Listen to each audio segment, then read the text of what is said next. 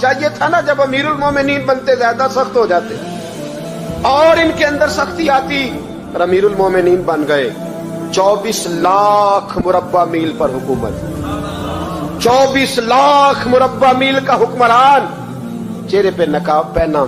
کنز الاموال میں روایت موجود, وہی عمر جو کل غریب عورت کو دروں سے مارتے ہیں, وہی عمر. انقلاب آ گیا, سوچ بدل گئی, نگاہ اور دل مسلمان ہو گئے. عمر گزر رہے ہیں, ایک گھر سے بچوں کے رونے کی آواز آئی. چہرے پہ نقاب پہنے عمر رک گئے. افلا غلام ساتھ تھا. کہنے لگے پتہ کر کوئی مسئلہ ہے. دروازے پہ دستک دی. بی بی تیرے بچے کیوں روتے؟ کہنے دوڑ جاؤ. کون ہوتے ہو؟ تمہیں کیوں بتاؤں؟ غریب ہر ایک کو نہیں داستان بتائیں. ابھی ایک جماعت آ گئی, مجھے بتاؤ میں حل کروں گا. پھر دوسرا آ گیا زخم ٹٹولنے, مجھے بتاؤ میں کس کس کے سامنے زخم کھولیں, کس کس کو بتائیں. بی بی کہنے لگی جا دوڑ جا. درجنوں آتے ہیں روز پوچھتے ہیں, پوچھ کے تو بھی جا. آدھی رات کو تو کون ہے؟ حضرت عمر منت کرنے لگے, کہنے لگے بی بی تیری مہربانی بتا تیرے بچے کیوں روتے ہیں. تو عورت تڑپ کے بولی, کہنے لگی تو نہیں جاتا تو سن پھر. میرے بچوں کی غلطی یہ ہے کہ یہ غریب بھی ہیں اور یتیم بھی ہیں. ان کی غلطی ہے کہ ان کا باپ چلا گیا ہے. ان کی غلطی یہ ہے انہوں نے غریب گھروں میں پرورش پائی ہے. ان کی غلطی یہ ہے کہ ان کا دادا رئیس نہیں تھا. ان کی کوتاہی یہ ہے کہ ان کا نانا جاگیردار نہیں تھا. ان کی غلطی یہ ہے کہ ان کی ماں جہیز میں کچھ لے کے نہیں آئی. اور کیا پوچھنا ہے؟ حضرت عمر کہنے لگے بہن ماجرا کیا ہے؟ کہنے لگی باپ انتقال کر گیا. عمر جب سے حکمران بنا ہے اس گاؤں میں کبھی اس نے پھیرا ہی نہیں ڈالا, وہ آیا ہی نہیں. میری غریبنی کے بچے ساری ساری رات بھوک سے روتے, وہ کبھی آیا ہی نہیں. یہ غلطی ہے. پہلے تو میں کچھ نہ کچھ ان کو خشک روٹی کھلا دیتی تھی, آج تو گھر میں کوئی شے نہیں. شام سے لے کر پانی اور روڑے ہنڈیا میں ڈالے ہیں, پکاتی جاتی ہوں. کہا تھا چلو سو جائیں گے, اور بھوک بڑی ظالم ہے, نیند بھی نہیں آنے دے. سب روگاں دا روگ محمد, جس دا نام غریبی کنڈ ولا کے لنگ جاندے نی دوست یار قریبی. کب بھوک بڑی ظالم ہے, پیٹ بھوکا ہو تو یہ بھی نہیں آتی. سوچتی تھی سوچ اب تہجد کا وقت ہے پر سوتے نہیں. اب بتاؤ میں کیا کروں. عمر تو 24 لاکھ مربع میل کا حکمران ہے, اس کچی بستی میں کیسے پھیرا ڈالے گا. حضرت عمر دوڑے گئے. 60 سال عمر, کندھے پہ اناج کا تھیلا رکھا, کندھے پہ. غلام کہتا ہے حضور مجھے دے دے. فرمایا بتا قیامت میں بھی میرا بوجھ اٹھائے گا. پھر حضرت عمر لائے. پھر عمر نے اس بی بی کے گھر میں چراغ روشن کیا. پھر بوڑھے عمر کہتے میری بیٹیاں تھیں, میری بیویاں تھیں, میں نے کھانا کبھی نہیں پکایا تھا. میں نے اس بی بی سے کہا بہن تو بیٹھ جا. بیٹھ گئی. عمر کہتے ہیں میں نے آگ جلائی. آپ کے غلام کہتے ہیں جب عمر آگ میں پھونکے مارتے تھے تو ان کی داڑھی سے دھواں نکلتا تھا. عمر نے آگ جلائی. پھر فاروق کہتے ہیں میں نے کبھی روٹی نہیں پکائی تھی پر آج میں نے آٹا بھی گوندا. 24 لاکھ مربع میل کا حکمران. او بھائی جب تیرا دل اور نظر مسلمان ہوتی ہے تو پھر تو جھوٹے دعوے نہیں کرتا, پھر دین تیرے لفظوں میں جملوں میں تقریروں میں نہیں رہتا. حضرت سیدنا عمر فاروق رضی اللہ تعالیٰ عنہ آٹا گوندتے ہیں, داڑھی ساری آٹے سے بھر گئی. پھر عمر فاروق روٹیاں پکاتے تو ہاتھ جلتے. پھر سالن پکایا. پھر عمر نے دسترخوان بچھایا. پھر وہ چھوٹے چھوٹے بچوں کا عمر نے منہ دھلایا. پھر فاروق اعظم روٹی کے لقمے ان کے منہ میں ڈالتے اور روتے, کہتے بیٹو عمر کو پتہ نہیں چلا کہ تم بھوکے تھے. بیٹیوں عمر کو خبر نہیں تھی. عمر سے ناراض تو نہیں ہو. چھوٹے چھوٹے بچے کہتے ہمیں تو پتہ بھی نہیں عمر کون ہے. آپ کیا باپ. پھر ان کو عمر فاروق نے کھلایا. پھر فاروق اعظم سیر میں بیٹھ گئے, ان کو ہنساتے رہے. غلام کہتے حضور اب کیا کرتے ہو؟ فرمایا جو میری وجہ سے روئے تھے انہیں خوش نہ کروں. پھر اس بی بی کی طرف متوجہ ہوئے, کہنے لگے اگر عمر نہیں آیا تو آپ ہی خبر کر دیتی. بی بی کہنے لگی ڈیوٹی عمر کی ہے خبر لینے کی, میری نہیں ہے کہ میں جا کے بتاؤں. میں کیوں بتاؤں؟ حضرت عمر کہنے لگے چل عمر کو معاف کر دے. کہنے لگی اسے کیا معاف کرنا ہے, میں تو دعا کرتی ہوں اللہ اسے ہٹا دے اور آپ کو بنا دے. میری دعا ہے کہ وہ چلا جائے آپ آ جائیں. پر میں اگر میں بن جاؤں تو عمر کو معاف کر دو گی؟ کہا ہاں کر دوں گی. حضرت عمر نے چہرے سے نقاب اتارا. فرمایا بی بی میں عمر ہی ہوں,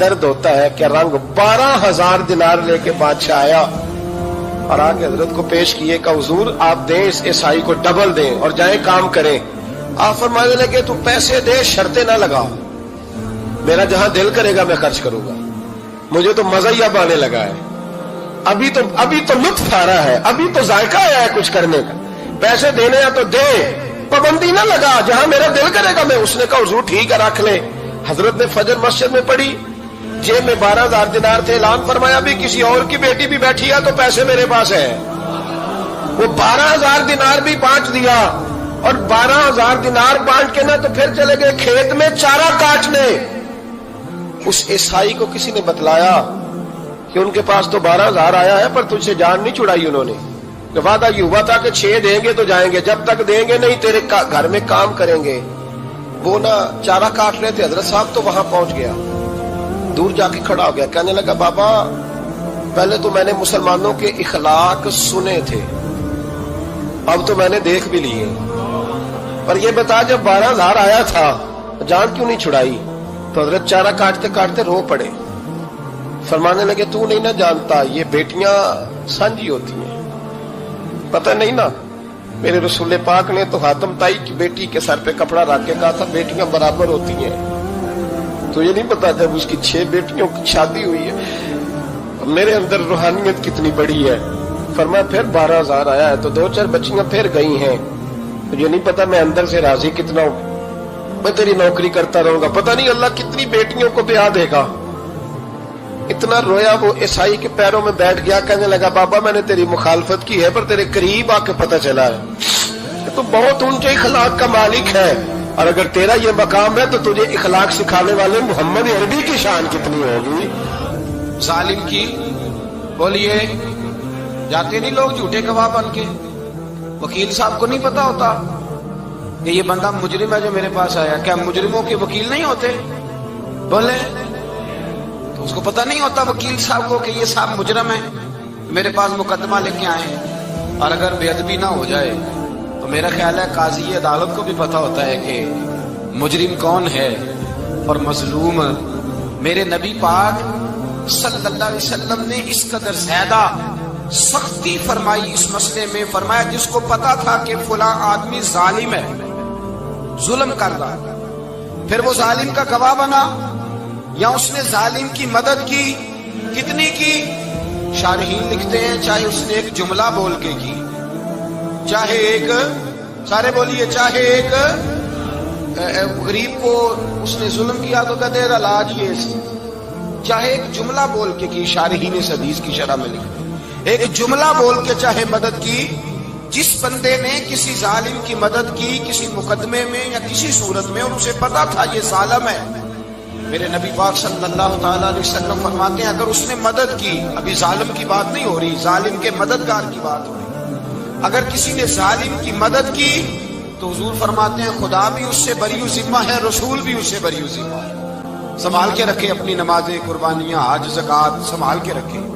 اگر ظالموں کا مددگار ہے، الیکشن آ لینے دے، آپ کو نظر آ جائے گا کون کون ظالموں کا مددگار ہے، نظر آ جائے گا. اپنی جیب سے لوگ پیسے دے کے ظالموں کی مدد کریں گے، ان کے فلیکس چھپوائیں گے، بورڈ لگوائیں گے، جیبوں سے پیسے دیں گے.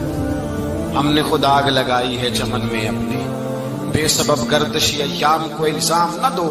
ہم نے خود نور کا ظلمت سے کیا ہے سودا، کر کے توہین سحر شام کو الزام نہ دو. ظالموں کے مددگار میدان میں آ گئے. یہ چھوٹا لفظ نہیں، میرے حبیب پاک صلی اللہ علیہ وسلم نے فرمایا جو ظالم کا مددگار ہے سن لے جو سجن کے ساتھ کچہری جاتا ہے، وہ یاد رکھے جو دوست کا گواہ بنتا ہے، وہ یاد رکھے جو کہتا ہے میں مانگی گیا تھا، مجھے بلایا گیا تھا قبضہ چھڑانے کے لیے کسی غریب بیوہ کی جائیداد پہ، کب وہ سن لے تو مدد کر کے نہیں آیا، تو خدا کے ذمے سے نکل گیا. رسول پاک نے فرمایا تیرا میرا تعلق ختم ہو گیا، تو ظالم کا مددگار ہو گیا. پھر تو کہتا میں بے چین ہوں، میں بے قرار ہوں، میں آزمائش کا شکار ہوں. پلٹ کے دیکھ تو صحیح تیرا گناہ کتنا بڑا ہے. میرے نبی پاک صلی اللہ علیہ وسلم کا ایک اور فرمان سننے، ابن ماجہ ابو داؤد میں موجود ہے. اس حدیث کو آپ نے یاد کر لینا، کر لیں گے انشاءاللہ، سارے کہیے انشاءاللہ کر لیں گے یاد. حضور صلی اللہ علیہ وسلم نے فرمایا اگر تو ظالم کی مدد کرے گا نا، یہ لفظ دل کی تختی پہ لکھ لینا، یہ مکافات عمل ہے، مکافات عمل دنیا، ادھر کرو گے تو ادھر بھرو گے۔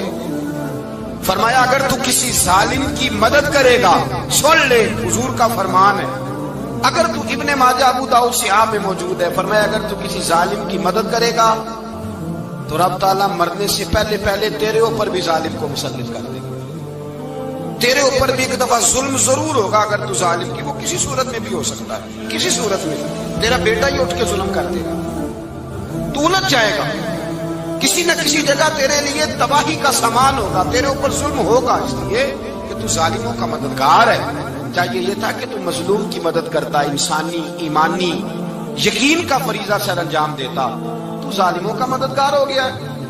ٹٹول کے دیکھ لیں، رزلٹ نکال کے دیکھ لیں، ہمارے زمانے میں ظالموں کے مددگار زیادہ ہیں، اتنی لمبی زبانیں نکال کے ظالموں کی مدد کرتے ہیں، بڑے بڑے کالم نویس اللہ نے انہیں قدرت دی لکھنے کی، تو اپنا قلم ظالموں کی مدد میں خرچ کرتے ہیں۔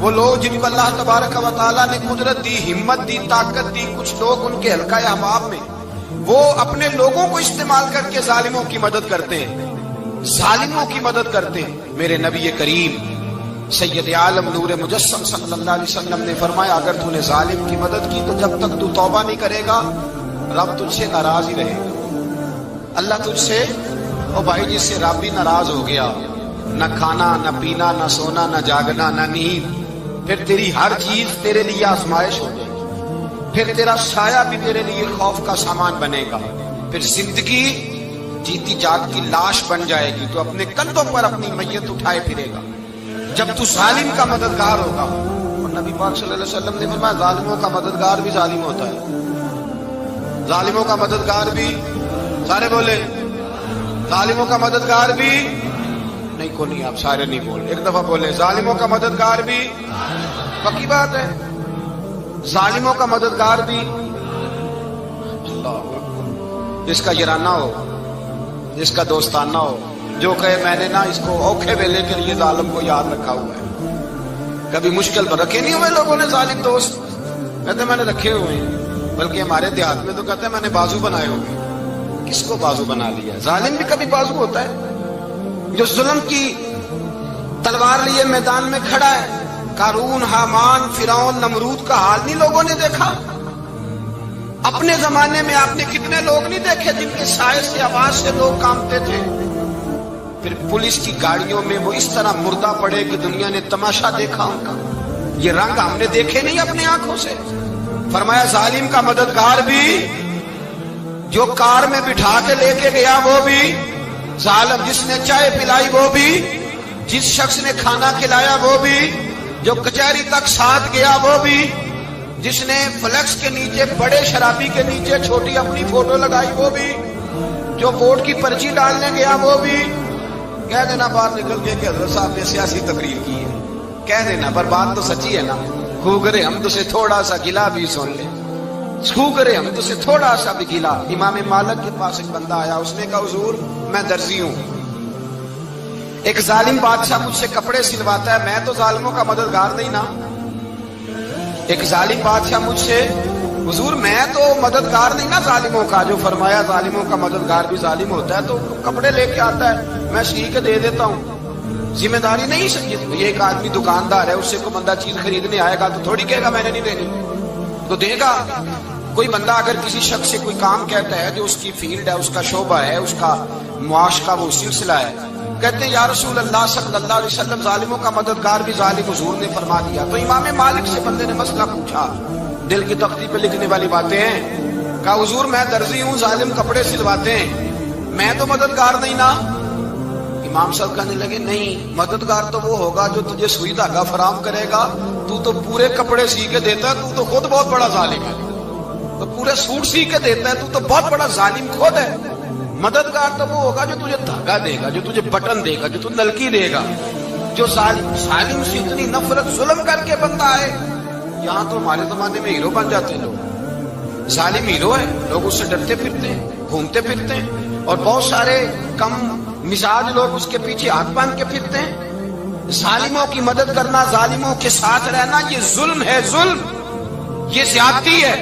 میرے نبی پاک صلی اللہ تعالی علیہ وآلہ وسلم نے ارشاد فرمایا یاد رکھو رب فرماتا ہے میں مظلوم کی مدد ضرور کروں گا، چاہے جلدی کروں چاہے دیر سے کروں، میں مظلوم کی مدد۔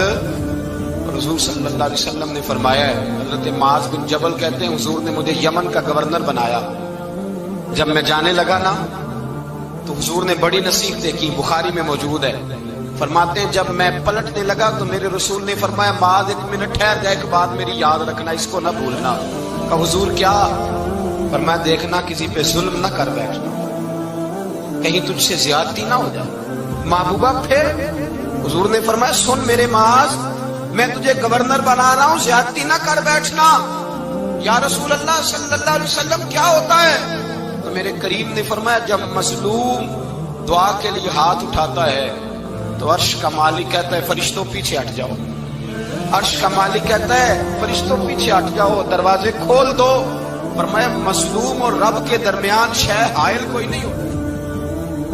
مولا رومی رحمت اللہ علیہ فرماتے ہیں ایک دن نا شیر نے، کہتے ہیں شیر نے ایک دن نا ریچھ کو ساتھ لے لیا اور ساتھ لے لیا لومڑی کو، اس نے کہا اور شکار کرنے چلے، چلو جی، شیر کی مہربانی ساتھ لے لیا ہے، حالانکہ اس کو کسی کی مدد کی ضرورت ہے، وہ تو بادشاہ ہے، بادشاہ سلامت نے ساتھ لے لیا، شکار کیا 3 چیزوں کا، ایک شکار کیا خرگوش، ایک ہرن، ایک گائے۔ اب وہ شکار کر کے واپس آئے تو جو ریچھ تھا نا اکڑ اکڑ کے چلنے لگا کہ بادشاہ کے ساتھ میں بھی تھا، یعنی شکار میں میرا بھی حصہ، اور شیر بھی سمجھ گیا بات کو کہ اس کا دماغ خراب ہو رہا ہے، حالانکہ میں نے تو ویسے ہی ساتھ لیا۔ وہ ریچھ صاحب بھی نا تگڑے ہو گئے، انہوں نے کہا اوہو میں ساتھ ہی تھا کہ اب بادشاہ نے تو ویسے ساتھ لیا تھا کہ چلو 2-4 آدمی مل کے، تو وہ پیر بارش شاہ صاحب رحمت اللہ تعالی علیہ سے کسی نے کہا کہ آپ کے جو شیخ ہیں آپ کے مرشد ہیں آپ کو بلا بلا کے مشورے لیتے ہیں کام لیتے ہیں تو آپ تو بڑے خوش نصیب ہیں، تو انہوں نے کہا ہیر ہس بولے تے وہ مہربانی ورنہ رانجے تے لاڈ ہی لڑاونے نے۔ انہوں نے کہا ٹھیک ہے اگر اس نے مہربانی کر دی ہے تو اس میں میرا نہیں، ان کی نظر شفقت ہے، ہیر ہس بولے تے وہ دی مہربانی، انہوں نے مہربانی فرمائی ہے تو بڑی کرم نوازی ہے، ورنہ من آنم کے من دانم، جو میں ہوں اس کا مجھے پتا تو ہے ہی نا، تو میں اس میں اپنے آپ کو اتنا بڑا نہیں سمجھ۔ اس نے نا شیر نے بھانپ لیا، اس نے کہا کہ اس کے ذہن کے اندر بات آ رہی ہے کہ شاید میں کو بلا ہوں، تبھی تو مجھے اسپیشل بادشاہ نے کہا کہ چاہے میرے ساتھ شکار کرنے میں ہے کوئی میرے اندر بات۔ اللہ اکبر۔ اس نے نا آ گئے بیٹھ گئے، اس نے کہا اس سے بادشاہ نے کہ کیا کرنا ہے، اب شکار تو ہو گیا ہے، تو اس کے اندر تو سودا سمایا ہوا تھا نا، اس نے کہا جی کرنا کیا ہے، بانٹ کے کھانا چاہیے، بانٹ کے کھانا چاہیے۔ اس کو بڑا غصہ آیا، اس نے کہا اچھا تو مجھے کمزور سمجھتا ہے، میں جو چاہتا تھا کر سکتا تھا، میں نے تو عذرائے محبت تجھے عزت دی ساتھ لے لی یار، تو بن کے ہی بیٹھ گیا ہے۔ اس نے کہا اچھا بانٹ کے کھانا چاہیے، کہا بالکل، کہا چلو بانٹو، پھر کیسے بانٹنا ہے۔ ہرن کا اور بکرے کا گوشت ایک جیسا ہوتا ہے، بلکہ ہرن کا زیادہ مہنگا ہوتا ہے، لذیذ ہوتا ہے۔ اب اس نے تقسیم کیسی کی دی، اس نے چلاکی کرنی چاہیے، کہنے لگا جی تقسیم سیدھی سی ہے، آپ بڑے ہیں، گائے آپ کی، 3 جانوروں کا شکار ہوا نا، گائے، ہرن اور خرگوش، کہنے لگا آپ بڑے ہیں، گائے آپ کی، میں درمیانہ ہوں تو ہرن میرا، اور لومڑی چھوٹی ہے تو خرگوش لومڑی کا۔ اس نے کہا تیرا بھلا ہو جائے، کیسی تم نے تقسیم کی ہے۔ اس نے مارا پنجا اور ریچھ کو بھی مار دیا۔ اس نے کہا تو عجیب آدمی ہے بھائی، تجھے تو ذرا موقع دیا ہے تو تو نے ہاتھ ہی وہاں ڈال لیا ہے جہاں بالکل تیرا بنتا ہی نہیں تھا۔ اللہ اکبر۔ اس نے کہا اچھا مر گیا۔ اب لومڑی بھی سنبھل کے بیٹھ گئی، لومڑی ذرا تیز ہے، چلاک ہے، تو ملا رومی علیہ رحمہ کہتے ہیں، اور شیر کہنے لگا لومڑی سے چل تو تقسیم کر، تو تقسیم کر کیا کرنا چاہیے۔ تو کہنے لگی بادشاہ سلامت تقسیم بڑی سادی سی ہے، سویرے ناشتہ خرگوش کا کرے، دوپہر کو آپ جب کھانا کھانے لگے تو ہرن تناول فرمائیں، اور شام کو اگر آپ زیادہ کھاتے ہیں تو آپ گائے کھائیں، یہی تقسیم ہے۔ بڑا راضی ہوا شیر۔ اس نے کہا تو نے یہ تقسیم بڑی اچھی کی ہے، یہ کہاں سے سیکھی ہے؟ کہنے لگی ریچھ کی موت سے سیکھی ہے، ابھی مرا ہے میرے سامنے، اس کی موت سے میں نے سیکھی ہے، اس لیے کہ اگر یہ تقسیم نہ کی تو مر میں بھی جاؤں گی۔ بات تو تفنن کی ہے، ظرافت کی ہے، لیکن ملا رومی کیا فرماتے ہیں؟ وہ فرماتے ہیں دوسروں کی موت سے ہی سیکھ جا۔ حضرت عمر کا وصال ہوا، قبر پہ مٹی ڈالی جا رہی تھی، حضرت ابو درداء نے نا یوں مٹی پکڑی ہوئی ہے، تو ایک ایک چلو کر کے مٹی ڈالتے ہیں نا، پہلے 3 چلو ڈالتے ہیں کہ چلو ہمارا بھی اس نیکی میں حصہ ہو جائے، تو مٹی ڈالنے کے لیے نا مٹی پکڑی ہوئی تھی۔ توجہ ہے آپ کی میری بات پر؟ اس مٹی کو لے کر کے جا رہے تھے حضرت ابو درداء، مٹی لے کے جاتے حضرت سیدنا ابو درداء حضرت عمر کی قبر پر ڈالنے کے لیے، یوں پکڑی ہاتھ میں، مٹی ڈالنے کا ارادہ کرتے تو واپس آ جاتے، پھر جاتے تو واپس آ جاتے، پھر جاتے۔ لوگوں نے کہا ابو درداء ڈالتے کیوں نہیں؟ تو آنکھوں میں آنسو آ گئے، رو پڑے، کہنے لگے عزت کے اس کوہ گراں پہ مٹی ڈال دوں، وقار کے اس بادشاہ پہ مٹی ڈال دوں؟ فرمانے لگے شہنشاہ کردار پر اس پر مٹی ڈال دوں؟ اور پھر وہ مٹی پکڑی اور اپنے سر پہ ڈال لی۔ فرمانے لگے عمر تو مٹی کے قابل نہیں، مٹی کے قابل تو میں ہوں، میں تھا جس پر مٹی پڑنی چاہیے تھی۔ اور آپ فرمانے لگے لوگوں سن لو، اگر عمر جیسے تقوی کے بادشاہ بھی رب نے اس زمین سے اٹھا لیے تو ہم بھی بچیں گے نہیں، ہم نے بھی اللہ کی بارگاہ میں جانا ہے۔ اگر اتنے پاک باز لوگ اگر نیکی ہی دنیا میں رہنے کا سبب ہوتی تو یہ پاک لوگ ہمیشہ دنیا میں رہتے۔ فرمایا اگر یہ چلے گئے تو چلے، ہم نے بھی جانا ہے۔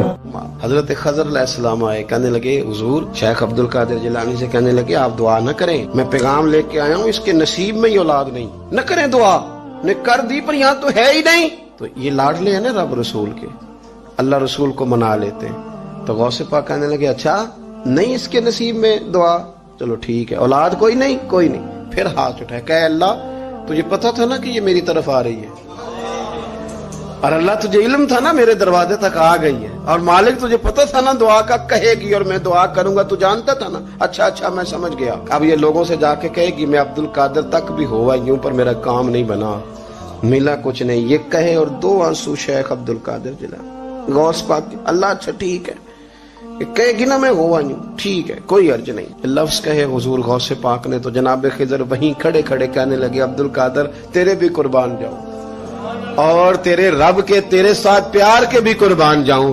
رب فرماتا ہے بولیے کتنے بیٹے چاہیے بی بی کو، آپ کیجئے بات۔ تو غوث پاک فرمانے لگے چونکہ میرے گھر آئی ہے تو رب سے فرمائے 7 بیٹے تو عطا کر دینا۔ او بھائی اتنی سی بات نہیں لوگوں کی سمجھ میں آتی کہ میرا کوئی لاڈلا پیار والا ہو تو میں مان جاتا ہوں، تو جو رب رسول کے لاڈلے وہ جب بات کرتے ہیں تو اللہ رسول بھی مان جاتے ہیں۔ بھائی اتنی سی بات ہے۔ ایک شخص نے آ کے کہا حضور میرا والد انتقال کر گیا، رات خواب میں دیکھا بڑے عذاب میں، لوگ بڑے پریشان ہوتے ہیں ان باتوں بڑے، لیکن میں بڑے دلائل قائم کر سکتا ہوں۔ آپ ہمیں کیا ملانگ سمجھتے ہیں کہ ہم جو بات کریں گے بغیر دلیل کے کریں گے؟ بیٹھ کے لوگ کہانیاں سنا رہے ہیں کہ جناب غوث پاک ایسے کر سکتے تھے، یہ کیسے ہو سکتا ہے؟ تو جو کہانی تم سنا رہی ہو تو کافر بھی سنا رہا ہے، وہ کہتا ہے اگر تمہارا رب سارا کچھ کر سکتا ہے معاذ اللہ تو پھر اسے کہو فلانا کام کرے، اس کا کیا جواب ہے تمہارے پاس؟ بڑی بڑی عجیب لوگ کہانیاں کرتے ہیں اور شرم نہیں آتی اللہ والوں کے بارے میں اتنی کچی اور غلیظ زبان استعمال کرتے ہیں، اور مجھے کہنے والوں پر اتنا شکوہ نہیں جتنا سننے والوں میں شکوہ۔ ایسے لوگوں کو سنتے ہو جو توہین کرتے ہیں رب کریم کے بندوں کی؟ سنو، حضور غوث پاک سے آ کے کہا حضور میں نے رات خواب میں اپنے والد کو دیکھا عذاب میں بڑی تکلیف میں ہوں، میرے ابا کے لیے دعا کر دیں۔ تو غوث اعظم فرمانے لگے وہ یہاں کبھی آیا تھا؟ بیٹھا تھا؟ حدیث ہے صحیح بخاری میں، صحیح مسلم میں، کہ ذکر والوں کی مجلس میں بیٹھنے والا بدبخت نہیں رہتا، اللہ اسے سعید بخت کر دیا کرتا ہے۔ یہ حدیث ہے بخاری مسلم میں، حدیث۔ اب تم حدیث ماننے سے بھی انکار کرو گے؟ جو اللہ والوں کی محفل میں آئے بدبخت ہو تو رب سعید بخت کر دیتا ہے، بخاری مسلم ہے۔ جو ذکر والوں کے ساتھ بیٹھے تو رحمت اسے گھیر لیتی ہے۔ اس نے کہا حضور میرے والد آئے ہیں آپ کی محفل میں، تو غوث پاک نے بچھا لیا مصلا، کہا مالک تیرے محبوب کا فرمان ہے نا کہ جو ذکر کی محفل میں بیٹھے انہیں رحمت گھیر لیتی ہے، ان پر سکینہ نازل ہوتا ہے، وہ بدبخت ہوں تو سعید بخت ہو جاتے ہیں۔ تو اللہ پھر بندہ نمازی کرنا، وہ ہمارے ساتھ بیٹھا کرتے تھے، مہربانی فرمانا، کرم نوازی فرما۔ وہ شخص کہتا ہے میں رات کو جا کے سویا تو خواب میں ابا ملے جنت کا لباس پہنا ہوا ہے، اور میرے والد کہنے لگے پتر سارے کام چھوڑ دینا، عبد القادر جیلانی کا دروازہ نہ چھوڑنا۔